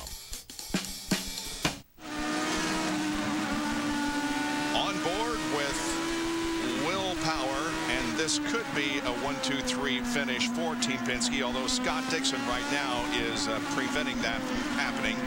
But as you can see, the last time that they swept the first 3 positions in a race was in '94 at Nazareth, Pennsylvania, when Paul Tracy was the winner. Right now it's Power, Castro Neves, Dixon, and Briscoe. But what about Will Power? Does Roger Penske give him a full-time ride in 2010? I'm not sure it happens in 2010, but he's obviously part of that Penske family, and I think that's why we see him in the position he is right now in this 12 car for Penske Racing, is to keep bringing him along. Is he going to slot in when you got guys like Castro Neves and Briscoe right now? I don't know. I mean, there's obviously some master plan there, and it's a good one. And if I was Will Power, I'd be. You tell me what you want me to do. Tell me when you want me to win races. I'll be there. And my day will come. My day will come. Down to Kevin Lee. And remember, last year, Will had a pretty nice season in his debut in the IndyCar Series with KV Racing Technology, and he was one of those guys on the outside looking in during the winter, and he had a dilemma. Is he going to take a lesser ride or this that guaranteed nothing more than really one race? I think everybody agrees that this was the best opportunity, even with nothing guaranteed. Just being involved with Penske and having an opportunity when you do race to run up front. It's eventually going to work out for Will Power. If not with Penske, he's shown that he deserves a good ride. He's sure showing it today. He has just dominated this race.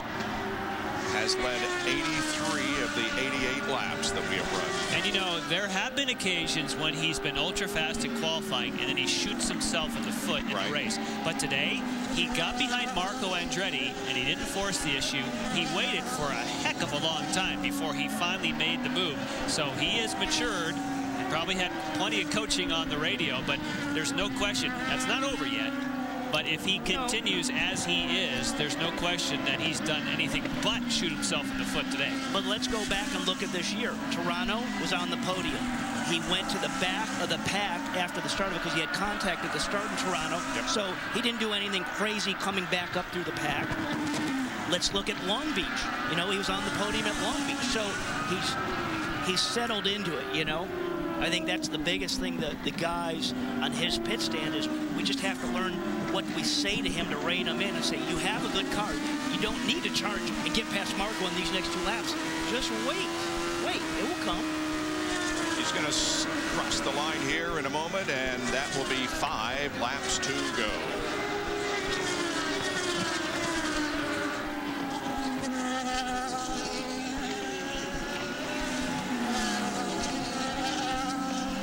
Back to second is 4.7 seconds, and now Scott Dixon is 6.5 seconds behind. Another tough day for Andretti Green Racing, 10th, 11th, 15th, and certainly such a scary moment for Tony Kanaan. Wasn't a team issue. Just for some reason that fuel hose didn't slap shut. He didn't leave early. They didn't send him early. It's so interesting during the interview that he said he felt the spray.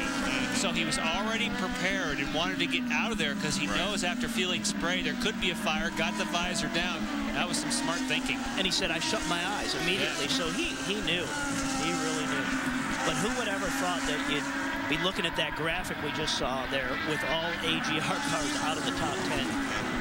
And there's always a chance of burning your palms in a car because they put leather on the palm because you got to get grip on the steering wheel, and all the backside of the hand is where the Nomex fire retardant is. So it is always potentially an issue to get burns on the front of your hands because you got to leave something there to get a good grip on the wheel. Didn't you used to drive without gloves? Not me, Robbie. No. Did you? No. I thought he was going to segue to that side of that motion. I knew. I was. Yeah, I knew that's where you were going. You got my number. Yeah. Yeah. We got the season's not over yet. Versus is taking you all the way to the end, and I got plenty of time to get in with you. Yes, you do. I look forward to the duel. Yeah, it's going to be fun. The last races of the year because we've got some ovals, we've got some natural road courses, and we also have an incredible battle for the championship on we do. our hands.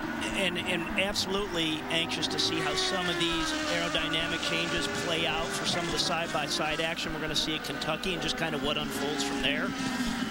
Well, A little more grass mowing, Matos. Yep. Now, you talk about the championship. Have we said that if it finishes now, do we have this right, that Dixon would actually move ahead of Franchitti? So even though he hasn't necessarily been out there in the front, that he's in great position now, points-wise.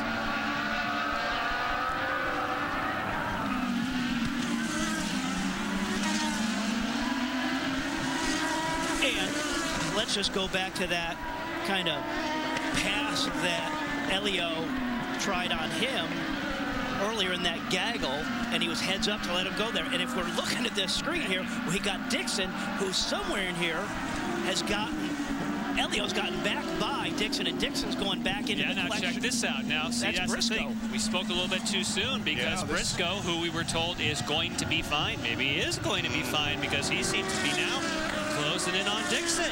And this would give us the Penske 1, 2, 3. Yeah. Now, where did I miss where Elio went back by there? Hey, maybe looking here in turn 1. Nope.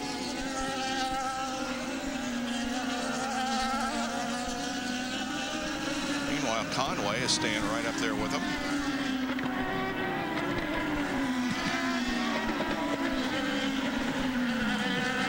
We will have a new points leader again if they finish the way they are running right now.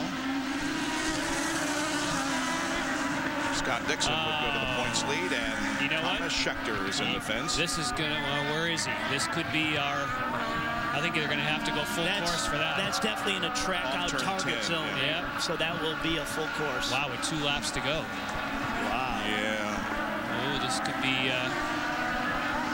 yep, there's a little yellow widget. Yep. Exciting for all of us from our vantage point. Not so exciting for Will Power. Yep. White flag comes out with the caution flags, and so we will end this race under caution. That's okay for Will Power. Yeah. There you go. Great for Will Power. Went from if there was going to have to be a one-lap shootout where he lost his big gap to, okay. Yep. Thanks, Thomas Schechter. And probably some pretty nervous moments for Scott Dixon, who thought maybe he was going to get some heat from Briscoe. Yeah. Well, no question about it. Will Power dominated this race, showed his strength, and he can be so blindingly fast on some of these street and road courses. I just remember watching him last year in Australia and how he hammered the curbs there. And if he needed to go 2/10 faster, it's like he could almost do it at will. If somebody's getting closer, he'd just go out and go faster. So he's got the speed. Now he's got a great win here. And it'll be his first win in the IndyCar Series. And his 4th win in open wheel racing. He won at Las Vegas and Toronto in 2007 and at Long Beach last year.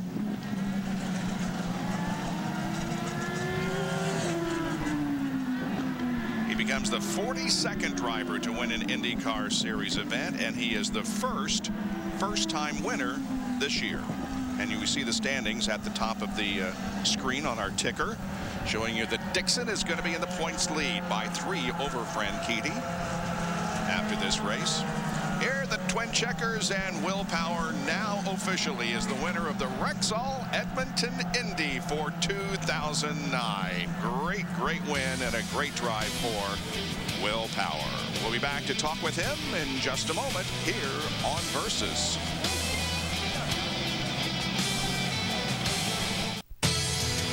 The 2009 Rexall Edmonton Indy on Versus is brought to you by Rexall, a pharmacy first. And by Konica Minolta, global provider of BizHub and other award-winning business solutions for the desktop to the print shop. All you need is hub.com. And by Peak Performance Products. When you peak, you win. The race has been won, and Izod salutes a winning performance. With Izod victory lane, here's Lindy with Will Power. And this is Will Power's 4th win in open wheel racing, but his first in the IndyCar Series. He has finished in the top 6 in 4 races, and now he gets the top spot. And you dominated out there, Will. You made it look easy, but talk about how physically demanding that was. Actually, it was only the first stint was really tough, but then when I relaxed, felt really good at the end, had heaps of energy, and you know, the car was really good all the time. It was a bit messy there when we were stuck behind Marco, but great job for the guys. Just, I'm so happy. It's like everything's going so well this year. I'm really, really glad to be a part of this team. Let's talk about that with Marco. How much patience did that take? Well, once I realized I couldn't get past, so it was going to be risky getting past, I just saved fuel and I was patient. And then when I saw my chance, his tires went off, I went for it. So it was a great day, you know. It was had a bit of everything. I love that. Loved it. And let's get down to it. Being a part-timer with Penske, how bad did you want this? I wanted it bad. I mean, every time I get in the car, I want it bad. And, you know, sitting and watching is real tough, but I don't mind as long as I'm in this organization, because every time I'm in a car, it's a really good one. Will Power, congratulations. Thank you. We came on in Long Beach. John Erickson, 5 races now. You have not finished outside the top 6. You've been on the top of that box, but this is your first ever IndyCar Series victory. How does it feel? Terrific. You can't say enough about Will, though. He did a terrific job. He did a good job at Long Beach, Indy, obviously, and I can't say enough about him. The guys had good stops. Obviously, the car was prepared good, and everybody did great. You had a strong lead, about 5 seconds, but you didn't lose a touch. And again, this is a hodgepodge crew that you had here. You didn't lose anything in that pit stop. It's mostly the sports car crew, but they did a good job. We had a good gap, got into some traffic. That gap shortened up, so we tried to wait until we could get that gap wide enough. But, yeah, good stops, terrific stops. When you haven't had that first win, how hard was it for you up there on the box? Because it looked like it was the perfect day. Well, it's like the rest of these guys up and down pit road. You always want that first one, and now we got it. It feels good. Okay, congratulations. Kevin, you with Elio? Elio Castroneves finishes right behind his teammate first. Will Power helped you out earlier this season. How happy are you for him to get to victory lane in the IndyCar Series? There is no doubt about when Team Penske told about Will Power would be in the team, I had no question that the talent is there. And I think everybody was always outspoken about that. It was just a matter of time, and hey, here we go. Today he did a hell of a job. I'm happy for him, obviously. And again, it was a big battle out there. It was very hard. It was very tough. And it towards to the end, I was just pushing as hard as I could. Obviously, I want to win for my guys, but it turned out to be a 1-2 Penske finish. I wish Ryan would have been there, but Scott sneaked it over there right there in the end with the pit stop strategy. So that definitely showed that working together, it's paying off. And hey, now let's keep continuing working to help us to stop the Ganassi guys. Today, so far, it worked. You got to second with about 10 laps left, getting by Scott Dixon. How much did lap traffic come into that? A lot. I mean, obviously, traffic, it was very, very difficult, especially just to follow. I mean, not only to be behind, but to follow. I mean, and keep it like with a good pace. Very, very hard. And you got to have the momentum there. We have like a bunch of cars together. I'm like, man, this is going to be my only chance. And I remember last year, Scott was in front of me. I'm like, we never got traffic. So this time I took advantage. It paid off. Strong run for Elio Castroneves. He finishes second. Bob? This is the 142nd victory for a Roger Penske-owned car in a major American open-wheel race. And the win comes in Roger's 1,200th start as a car owner. And here we salute the winning team members who, of course, play such an important role in getting their driver to victory lane. Will Power is the man in victory lane here at Edmonton. Back in a moment.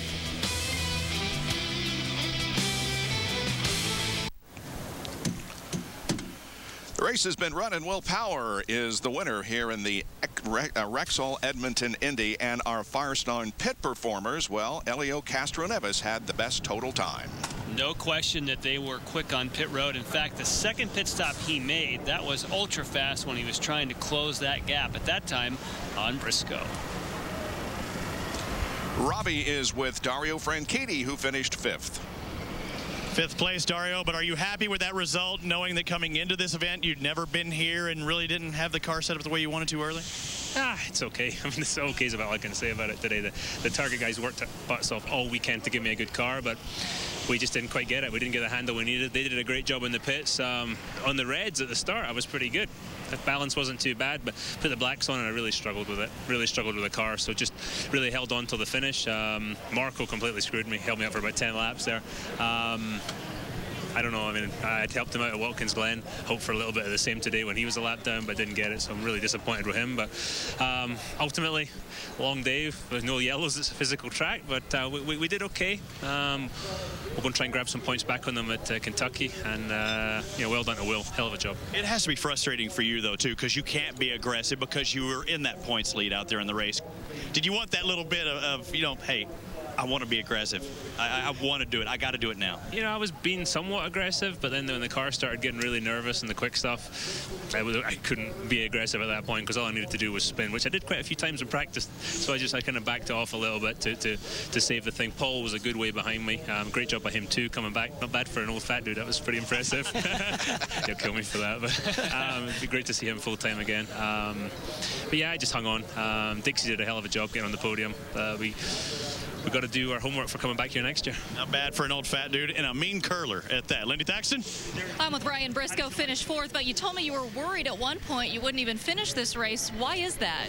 Well, in that last stint, I nicked the wall on the exit of turn 10, and I think it may have bent my right rear toe link, and the car just never quite felt the same again, and I actually almost spun out at one point. That's where I lost my second place to Scott and Elio, and yeah, the car was just very nervous towards the end of the race, and I'm just thinking something might be bent in the rear end, but it's one of those tracks where if something sort of gets out of shape, it's so bumpy and so rough. I just had my fingers crossed I'd make it to the end, so thankfully I did. We talked a lot about you working with Clive here, with Roger Penske being at the Brickyard. How different are they in your ear? Well, Clive's great, but definitely miss Roger. He's always awesome to have, giving me updates every lap, but Clive does a fantastic job. He's been on the team for, I think, longer than I've been alive, and we got our win in Surfers Paradise together. So Clive's awesome, but very much looking forward to having Roger back next week. Ryan Briscoe finishes fourth. Robbie? In sixth place, Paul Tracy, top Canadian out there. And I wanted to mention, check out all of the signatures on this. Again, woundedwarriors.ca. Everybody signed up. They donated money. I believe they're up to $56,000. They got 15 from Toronto. They got 13 from here, and Honda of Canada doubled that. So a good day all around, not only for Wounded Warriors, but yourself with sixth place. It was great. We had a good, had a bit of a problem with the front tires on the first stint, but I got to thank the Honda dealers of Ontario and Edmonton for supporting here, and the whole team of Arch Wilcox and Honda Canada, supporting Wounded Warriors. We had a good race. I really feel bad right now for Mario. I made contact with him on the first lap and put him out, so he's left. I'm not going to get a chance to see him, and hopefully we can talk this week. Watching the start right now, what happened there? I just got inside of him, and I don't think he saw me, and turned in, and I knew we were going to hit pretty hard, and I went across the curb and a bit of the grass to try to avoid it, but we made a contact which bent his suspension. Your time, is it now up here with KB Racing, the third of 3 races? Are you still trying to push for more?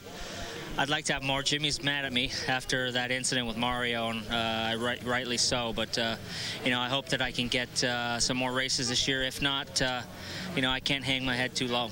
Kevin Lee. Scott Dixon is back in the championship lead. You were running second much of the way. Lap traffic is what allowed Elio to get by you?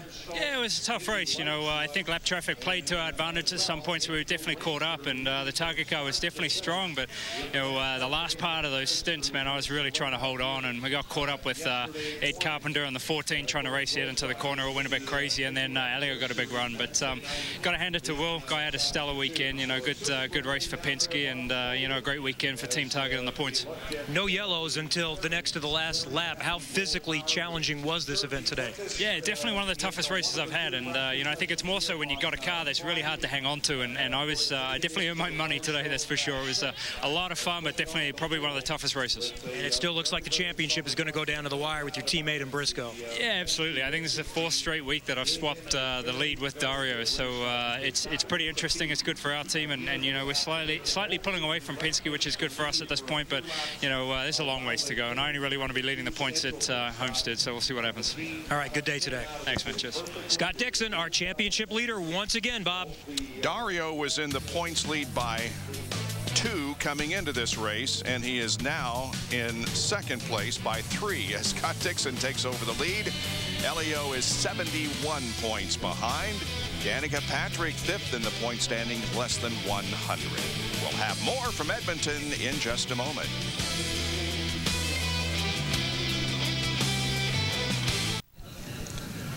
All is quiet on the taxiways and runway at Edmonton, Alberta's City Center Airport, and Will Power has walked off with the victory here this afternoon. Lindy Thaxton. Graham Rahal, a little disappointed. You say you had some problems in that last stint. Talk about that. Yeah, I mean, the McDonald's car was running pretty good all day. Our second stint was really strong. We had saved a lot of fuel. We thought we were going to get by PT. Unfortunately, we caught some lap traffic and couldn't get by, so we pitted early.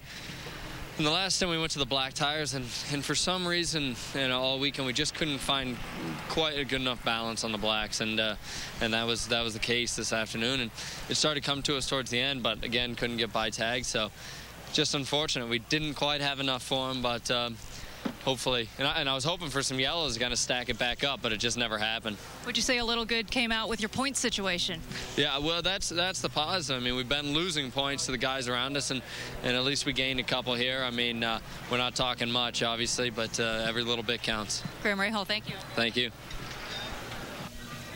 This is the Rexall Edmonton Indy. It's the title sponsor for this event, but also for you, Alex Tagliani. How hard was it for you to do the way you did here in front of the home fans? Well, I mean, the positive is that we've been working a lot on this event throughout the season, and obviously by seeing the crowd in the grandstand, we definitely succeed in what we were doing. So take my hat off to the promoters. But I mean, it's tough, like in Toronto, we were in the window. We found the window of the setup of the car on Saturday, qualified really well, and then led the race and kind of walking away with it. And then here, for some reason, we never got into the window, and the window is so small. If you're not in it, like you're struggling with the car, and that's what happened. I saw how disappointed you've been the past couple of days. We had talked about it. You said it was a tank slapper. I mean, you were everywhere. Did you ever get it to where it was at least messing up in the same way every time? Well, I mean, we worked on that, I mean, when you drive a car that works really well, like in Toronto, obviously it's frustrating because you know what the car needs to do to be quick, and if it doesn't do it, like you're searching, you're trying lots of things. And it's my first road course, actually with an IRL car, and we never found the setup. So we paid the price by being not competitive in the race. But there's a lot of things that we need to improve, and being consistent and stable with some development on the car, we know that we have to get to that. Well, a bright side, you started 17th today, Bobby, finished 13th. Alex Tagliani for Conquest Racing finishes in 13th position. By the way, Paul Tracy had his best finish this season as 6th. Robert Dornbos equaled his best finish in the IndyCar Series with his 9th place finish, his third 9th place finish in the last 4 events. Once again, here is the rundown of the finishing order. 8 cars were on the lead lap when the checkered flag dropped, and we were within 2 laps of having the very first caution-free race in IndyCar Series history. But with 2 to go, Thomas Scheckter got into the fence, and we had to end it under caution. Oh, so close. Oh, so close. We have more. The podium underway here at Edmonton. More in a moment. Stay with us. Here's how things unfolded at City Center Raceway today in Edmonton. It was a wild start right from the get-go with contact in the middle of the field. Conway getting into Rafael Matos. That would break the steering rack and put Conway on pit road. But here's the move for Paul Tracy with his teammate Mario Moraes that he said, Jimmy's mad at me for that one. And you can see why. That was early on. Scariest moment, of course, Tony Kanaan said he felt the spray, immediately closed his eyes, did all the right things. But what great sportsmanship, of course. All the teams immediately go for the buckets, get water on him. He has some burned hands and a flash burn on the face, but boy, it was good to hear that interview from him. Lap 64, look at this battle. Paul Tracy out there, in the words of Dario Franchitti, he was hustling it for an old fat guy, but that was not what Paul Tracy was looking for. Then, look at this aggressive move. Castro Neves splits, and Carpenter made a split-second decision and aggressively took that move. That's what you want to do if you're in the race for the points battle. Nice job, Elio. Then, of course, Marco Andretti played a part all day. You heard that Dario say that he wanted more room. In fact, Marco Andretti gets a bit of the old look out through the grass. Had a day where he was fighting and fighting. Tough day for the Andretti Green Racing, as well as Ryan Hunter-Reay. Knocked the rear wing off, took a while to get that replaced. It was unfortunate. He had a pretty good day going. Lap 93, as you said, Bob. Only 2 laps from the finish of going all the way green. The Montevideo entry of Scheckter gets up against the wall. No way you could move that car. Fantastic day for Will Power. Gets that first victory. Of course, he won in Long Beach, got points in the IndyCar Series, but it wasn't official until today as far as the record keepers are concerned. Fantastic job, Will. And so just 1 lap actually was run under caution as Will is getting the champagne bath on the podium. Elio Castroneves also. 1 caution lap, 4 leaders, 5 lead changes. And Will Power led all but 5 laps at an average speed of 109.498. The last word with Kevin Lee. Tim Cindric is the team president for Penske Racing. What a day for your guys. Not a podium for everybody, but 1, 2, 4. That's good enough, isn't it? Yeah, it was a great day for all of Penske Racing. And, you know, I think that Will, without a doubt, you know, did a great job. He came here and he's delivered for us every race. You know, it's a shame Roger couldn't be here to see this today, but he's off working the brickyard for us. So, anyway, to come home 1, 2, 4 there, you know, you can't really ask for a lot more. Obviously, 1, 2, 3 is what you want, but you can't get greedy in a thing like this. Well, Will's got 3 more set on the schedule. Does a win earn him another start this season? Well, right now, you know, it's all about logistics and sponsorship, and I think going forward, we're going to stick to our guns this year, and hopefully we can put something together for him next year because he certainly deserves it. And Will Power comes back in for the last word. What a day and what a drive for you. You've won before, but what's it mean to you to win for the first time in the IndyCar Series? It means a lot, you know. I've been knocking on the door this year a couple of times, and it was a great weekend, and very happy to be a part of this organization. You know, you don't seem to have bad luck here. Everything seems to fall in place, and you know, I've really enjoyed this year with my racing. Did you ever second guess your decision to step into a situation where there was nothing guaranteed? No, I hardly even looked at the contract, and I signed it, and I was very willing. I told them that when I interviewed with them, and you know, I was just very grateful that Roger and Tim has given me this opportunity. Congratulations on a great day. Will Power, Tim Cindric. They're in Victory Lane here at Edmonton. Bob? All right, thanks, Kevin. Good work down there on pit lane. Well, now there are 6 races to go, and you will see all of these 6 races on Versus. And we go now to Kentucky to the 1.5 mile tri-oval down there next Saturday night under the lights. Mid-Ohio and Infineon will be after that on natural road courses, and then back to the oval. So it should be a good battle to the championship on a very diverse type of racetrack.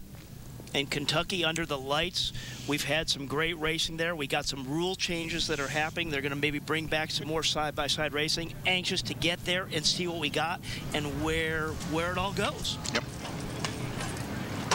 Well, today's race in Edmonton has been won by Will Power. Elio Castroneves finishes in 2nd position. Scott Dixon 3rd. Ryan Briscoe 4th. Dario Franchitti 5th. 6 through 10, Paul Tracy, Graham Rahal, Justin Wilson, Robert Dornbos with a 9th place finish, and Marco Andretti ended up in 10th. Great city of Edmonton, and the fans got their share of racing activity this weekend. Well, coming up next, the Tour de France. Join us Saturday at 8 o'clock Eastern Time for the Kentucky Indy 300. You can find IZOD at your local Macy's. For more information on IndyCar, log on to Versus.com. Congratulations to the winner of the Rexall Edmonton Indy, Will Power. For Jan Beekes, Robbie Buell, Robbie Floyd, Kevin Lee, and Lindy Thaxton, I'm Bob Jenkins. See you this coming weekend in Kentucky.